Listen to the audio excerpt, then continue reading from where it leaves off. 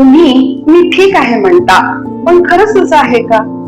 जे आपल्याकडून कधी बोललं जात नाही, नंतर तेच कोसळतं.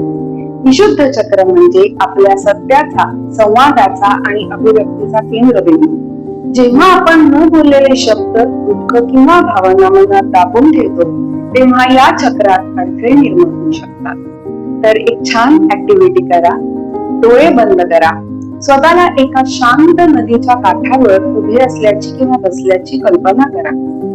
आजवर तुम्ही कधीही बोलू शकला नाही असा प्रत्येक शब्द, ती वेदना, कधी न बोललेल्या भावना एकेका पानावर ठेवा.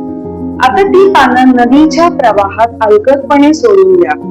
त्यांना शांतपणे वाहताना पहा. त्या प्रत्येक पानाबरोबर तुमचा कंठ म्हणजेच विशुद्ध चक्र हलके होत आहे आणि तुम्ही प्रेमाने व्यक्त करण्यासाठी एक जागा निर्माण होत आहे असा अनुभव घ्या. संकल्प करा की मी प्रेमाने आणि निर्भयपणे व्यक्त होते. फॉलो करायच्या सोप्या टिप्स